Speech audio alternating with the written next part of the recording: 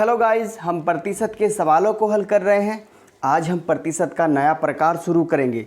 नया प्रकार है अक्षेत्रफल पर आधारित प्रश्न।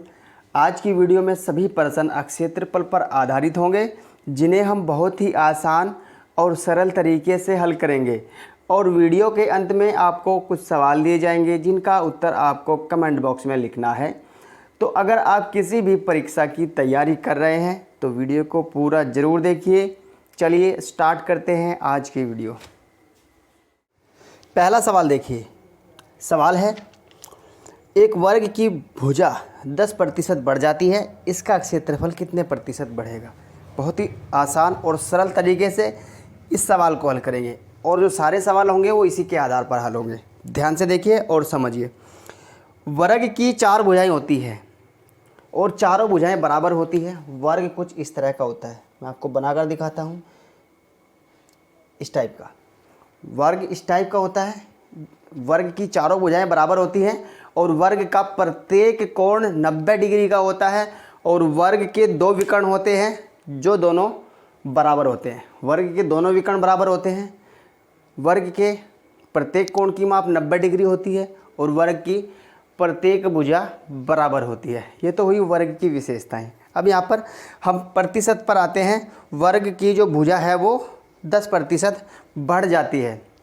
यहाँ पर एक पॉइंट याद रखिएगा, जो वर्ग का क्षेत्रफल होता है वो होता है भुजा स्क्वायर। ये पॉइंट बस आपको याद रखना है। भुजा स्क्वायर वर्ग में आता है, इसका मतलब है भुजा की 2 बार गुणा कर रहे हैं। भुजा गुणा भुजा। जब वर्ग का क्षेत्रफल भुजा स्क्वायर है तो इसका मतलब है भुजा स्क्वायर का कि भुजा की 2 बार गुणा कर रहे हैं हम। भुजा गुणा भुजा, ये होता है वर्ग का क्षेत्रफल। अब आते हैं अपने सवाल के सॉल्यूशन पर। सवाल में जो है 10% की वृद्धि हुई है भुजा में। तो पहले भुजा 100% थी।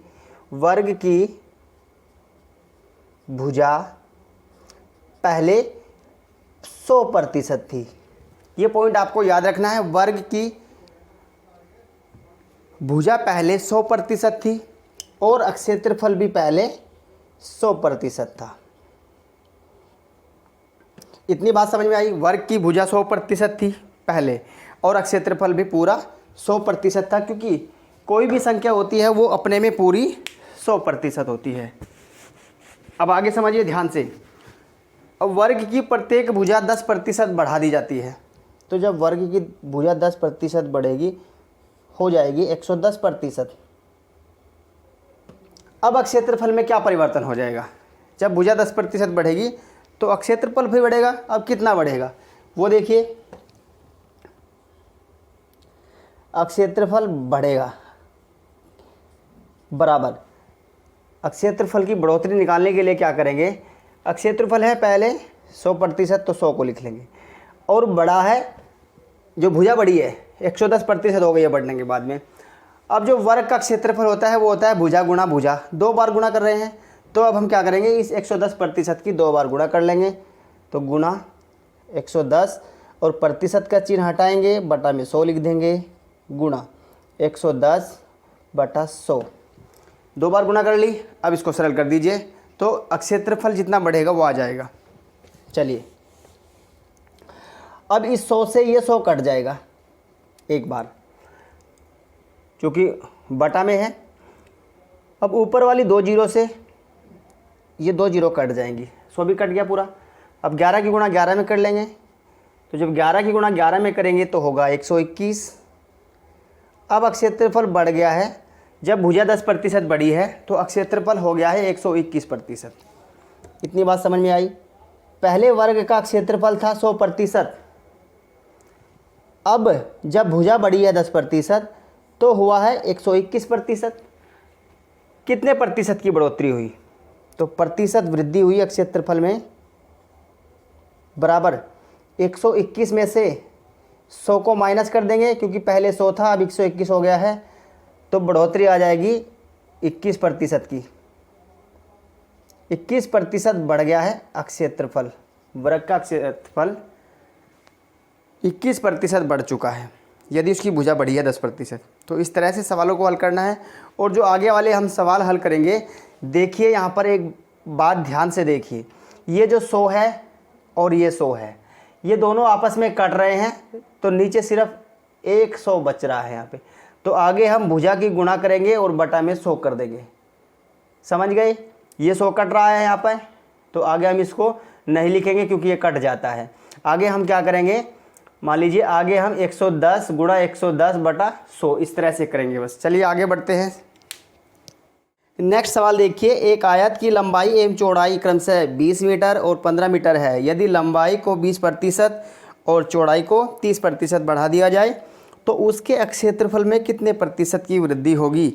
यहाँ पर ध्यान से देखिए, आयत की लंबाई दी गई है और चौड़ाई दी गई है, तो हमें इनको प्रयोग में नहीं लाना है। पहली बात तो ये समझ लीजिए, हमें सिर्फ प्रतिशत पर काम करना है क्योंकि क्षेत्रफल में प्रतिशत वृद्धि पूछी गई है कि कितनी होगी। अब मैं आपको बता दूं, आयत जो होता है, आयत की 4 भुजाएं होती हैं, आमने सामने की भुजा बराबर होती है आयत की। आयत में एक भुजा लंबी होती है और दूसरी थोड़ा छोटी होती है, तो आमने सामने की भुजा जो होती है आयत की वो बराबर होती है। जैसे इसके सामने की भुजा ये बराबर होगी, इस भुजा के जो सामने की भुजा है ये भी बराबर होगी। और आयत के प्रत्येक कोण का मान 90 डिग्री होता है। आयत का प्रत्येक कोण 90 अंश का होता है। आयत के 2 विकर्ण होते हैं, एक तो ये और एक ये, दोनों ही बराबर होते हैं और दोनों एक दूसरे को समद्विभाजित करते हैं। ये तो आयत की विशेषताएं हैं जो मैं आपको बता रहा हूँ। अब आयत का जो क्षेत्रफल होता है वो होता है लंबाई गुणा चौड़ाई। इतनी बात समझ में आई? आयत का क्षेत्रफल लंबाई गुणा चौड़ाई होती है। चलिए अब अपने सवाल पे चलते हैं, सवाल को हल करते हैं। आयत की यहाँ पर माप दी गई है लंबाई और चौड़ाई, इसको हमें प्रयोग में नहीं लाना है, मैंने आपको बताया है। अब हमें क्या करना है, पहले मान लीजिए लंबाई 100% थी, पहले लंबाई 100% थी और चौड़ाई भी 100% थी और आयत का क्षेत्रफल भी पूरा 100% था। कोई भी संख्या होती है जब वो पूरी होती है अपने में पूरी 100% होती है और जो उसके बाद बढ़ोतरी होती है वो 100 के बाद होती है, 100 के ऊपर। अब जब लंबाई को 20% बढ़ाया गया तो यहाँ पर 20 को जोड़ दीजिए, तो अब लंबाई हो गई 120% और चौड़ाई को 30% बढ़ाया गया तो चौड़ाई हो गई 130%। इतनी बात समझ में आई? अब जब लंबाई चौड़ाई बढ़ गई तो क्षेत्रफल में क्या परिवर्तन हुआ, कितना बढ़ा, ये निकालना है। तो अब क्षेत्रफल बढ़ेगा बराबर। अब हमें क्या करना है, जो मैंने पिछले वाले सवाल को हल किया था वहाँ पर हमने बताया था कि जो 100 है ऊपर नीचे से कट रहा है, उसको छोड़ देंगे। अब हम क्या करेंगे, इस 120 की और 130% की गुना कर लेंगे, तो 120 और गुना 130 और बटा में 100 कर देंगे। बस ये अब क्षेत्रफल कितना बड़ा है निकल के आ जाएगा। सरल कर दीजिए, ऊपर वाली 2 जीरो से नीचे की 2 जीरो काट दीजिए, कट जाएंगे। 12 की 13 की गुणा करेंगे। अब जब 12 की 13 में गुना होगी तो 13 दूनी 26 और 13 कम 13 और 2 15, 156। जब आयत की लंबाई बढ़ी चौड़ाई बढ़ी तो क्षेत्रफल हो गया 156%। पहले था 100%, अब हो गया है 156%। कितने प्रतिशत की वृद्धि हुई, तो प्रतिशत वृद्धि निकल के आएगी जब हम इसको घटाएंगे। 156 में से 100 को माइनस कर दीजिए, 56% की आयत के क्षेत्रफल में 56% की वृद्धि हो गई है जब उसकी लंबाई भी बढ़ी है और चौड़ाई भी बढ़ी है। तो इस तरह से सवालों को हल करना है। आयत के सवाल आए चाहे वर्ग के सवाल आए, भुजा की 2 बार गुना करनी है, इस भुजा की 2 बार गुना करनी है और बटा में 100 लिख देना है। ये बात अपने पल्ले बांध लीजिए बस। चलिए आगे बढ़ते हैं। नेक्स्ट सवाल है, यदि किसी वर्ग के प्रत्येक कोर को दोहरा कर दिया जाए तो उसके क्षेत्रफल में कितने प्रतिशत वृद्धि हुई। कंफ्यूज नहीं होना है यहाँ पे, वर्ग की प्रत्येक कोर कहा है, तो वर्ग की जो कोर होती है उसे भुजा कहते हैं। तो यहाँ पर वर्ग की भुजा को दोहरा कर रहे हैं। जब वर्ग की भुजा को दोहरा का मतलब होता है दोगुना कर दिया, तो क्षेत्रफल में क्या परिवर्तन होगा, प्रक्रिया वही रहेगी। वर्ग की भुजा, माना वर्ग की जो भुजा थी वो पहले 100% थी, अब क्या किया, दुगुना कर दिया, दोहरा कर दिया, तो 2 से गुना कर दीजिए, ये हो जाएगी 200। जब वर्ग की कोर को दोहरा कर दिया, दुगुना कर दिया, तो 200% हो गई। और जो वर्ग का क्षेत्रफल था वो पूरा 100% था। अब पहले वर्ग की भुजा 100% थी, क्षेत्रफल भी 100% था। वर्ग की भुजा को दोहरा कर दिया तो 200% हुई। अब क्या होगा, क्षेत्रफल में क्या परिवर्तन होगा, बढ़ेगा। अब क्षेत्रफल बढ़ेगा, निकल के आएगा इस 200 की 2 बार गुना कर देंगे और बटा 100 कर देंगे। जब वर्ग का क्षेत्रफल कितना बढ़ेगा निकालना हो तो इस भुजा की 2 बार गुना कर देंगे और बटा में 100 कर देंगे, जैसे हम करते आ रहे हैं। ऊपर वाली 2 जीरो से ये 2 जीरो काट दीजिए तो नीचे वाला 100 कैंसिल हो जाएगा। अब 200 की 2 में गुना करेंगे तो ये होगा 400। अब जब वर्ग की भुजा को दोहरा किया है तो उसका क्षेत्रफल हो गया है 400%। पहले कितना था, 100% था। दोहरा करने के बाद में हुआ है 400%। अब प्रतिशत वृद्धि निकालिए, 400 में से 100 घटा दीजिए, 400 माइनस 100, 300% की वृद्धि हो गई है। 300% की ये इसका सही उत्तर हो जाएगा। इस तरह से सवालों को हल करना है, बहुत ही आसान और सरल तरीके से मैंने आपको ये समझा दिया है। आगे बढ़िए। नेक्स्ट सवाल देखिए, यदि वृत्त के व्यास में 100% की वृद्धि कर दी जाए तो उसके क्षेत्रफल में कितनी वृद्धि हो जाएगी। अब देखिए यहाँ पे वृत्त का व्यास है वो पहले 100% था। वृत्त का व्यास पहले 100% था। अब 100 बढ़ा दिया है तो 100 को जोड़ देंगे। 100% बढ़ाया है ना, वृद्धि कर दी गई है तो ये हो गया 200%। और वृत्त का जो क्षेत्रफल था वो भी पहले 100% था। अब क्षेत्रफल वृद्धि होगी बराबर इस 200 की गुणा कर देंगे 2 बार। देखिए चाहे वृत्त हो या आयत हो या वृग हो या घन हो या घनाभ हो, जब बात क्षेत्रफल की होती है तो भुजा की गुणा 2 बार होती है। बस ये बात आपको याद रखनी है, अपने दिमाग में बैठानी है।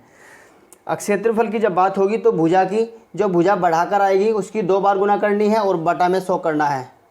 क्षेत्रफल वृद्धि निकल कर आ जाएगी। अब इस 2 जीरो से 2 जीरो कट जाएंगी तो ये 400 हो जाएगा। 200 की 2 में गुना करके 400% हो गया है। अब प्रतिशत वृद्धि हुई है, 400 में से 100 को माइनस कर देंगे, 300% की। ये सवाल सेम है ऐसे ही जैसे हमने पिछले वाला सवाल हल किया। चलिए अब आगे बढ़ते हैं। नेक्स्ट सवाल है, किसी वर्ग की एक भुजा 30% बढ़ा दी गई है, क्षेत्रफल उतना ही रखने के लिए दूसरी भुजा कितने घटानी होगी। सवाल बहुत ही महत्वपूर्ण है, बहुत ही आसान तरीके से इसे हल करना है। ध्यान से देखिए, वर्ग का जो क्षेत्रफल है वो उतना ही रखना है, तो एक भुजा तो 30% बढ़ा दी और हमें वर्ग का क्षेत्रफल उतना ही रखना है, तो दूसरी भुजा कितने प्रतिशत घटानी होगी ये कहा है। चलिए अब इस टाइप से सवाल जब आएगा तो वो आपको कैसे हल करना है। मान लीजिए वर्ग की भुजा पहले